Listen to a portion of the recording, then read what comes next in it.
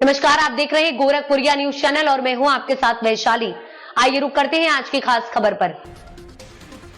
उत्तर प्रदेश के मुख्यमंत्री योगी आदित्यनाथ ने हाल ही में गोरखपुर में आयोजित एकता यात्रा के दौरान देश की एकता और अखंडता को लेकर अहम बयान दिया। सीएम योगी ने इस दौरान जोरदार भाषण देते हुए कहा, भारत में कोई नया एजेंडा कभी पैदा ना हो। उन्होंने स्पष्ट कहा, देश में किसी भी हिस्से में अगर कोई व्यक्ति या ताकत देश की एकता और अखंडता को चुनौती देने की कोशिश करती है तो उसे जन्म लेने से पहले खत्म कर देना चाहिए।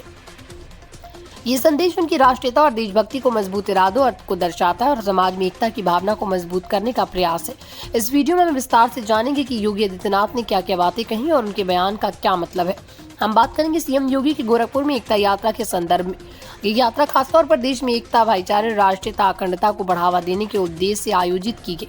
योगी आदित्यनाथ ने इस दौरान अपने भाषण में कहा, भारत का इतिहास विभाजन और बंटवारे की त्रासदी से भरा हुआ है। उन्होंने इस दर्दनाक इतिहास को दोहराने से बचने की जरूरत पर जोर दिया।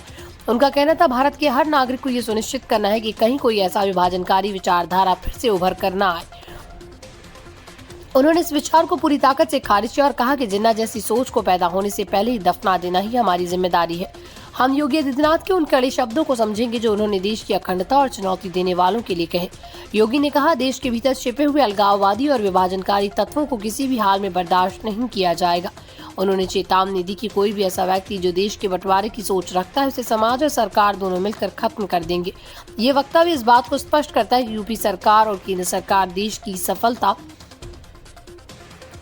एकता पर कोई समझौता नहीं करेगी। उन्होंने भी कहा कि हमें ऐसे लोगों को पहचानना और उनसे सावधान रहना होगा जो देश को कमजोर करने की साजिश रचते हैं। हम बात करेंगे इस बयान के राजनीतिक और सामाजिक प्रभाव की। सीएम योगी का यह बयान यूपी में और पूरे देश में राजनीतिक हलकों में गूंज रहा है। उनकी मजबूत और सख्त भाषा देशभक्ति और राष्ट्रीय एकता को लेकर उनके रुख को दर्शाती है। वहीं कुछ आलोचक इसे कट्टरता के रूप में भी देख रहे हैं, लेकिन समर्थकों का मानना है कि इस वक्त जब देश के कुछ हिस्सों में असहिष्णुता और अलगाववादी विचार उभर रहे हैं, ऐसे वक्त में ऐसे कड़े शब्द जरूरी हैं। योगी की एकता यात्रा, उनका भाषण समाज में एकजुटता की भावना को मजबूत करने का काम करेगा।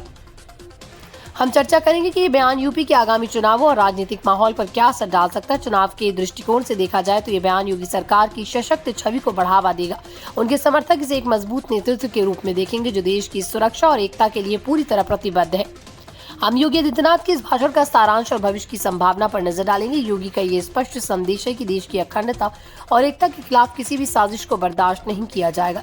ये वक्तव्य पूरे देश को याद दिलाता है कि हमें अपने देश की एकता और अखंडता को हमेशा सर्वोपरि रखना चाहिए। इस बयान से उम्मीद की जा सकती है कि आने वाले समय में भारत में एकता और राष्ट्रीय सम्मान को लेकर और मजबूत प्रयास होंगे। इस संदेश के साथ हम इस वीडियो को समाप्त करते हैं और आपको देश के लिए एकजुट रहने की अपील करते हैं। दोस्तों, उम्मीद है आपको ये वीडियो पसंद आया होगा। अगर आपको ये जानकारी उपयोगी लगी हो तो लाइक और शेयर जरूर करें। हमारे चैनल को सब्सक्राइब करना ना भूलें ताकि आप ऐसे ही ताज़ा और महत्वपूर्ण खबरें देखते रहें। देशभक्ति और एकता का संदेश फैलाएं और हमेशा देश को लिए गर्व महसूस करें।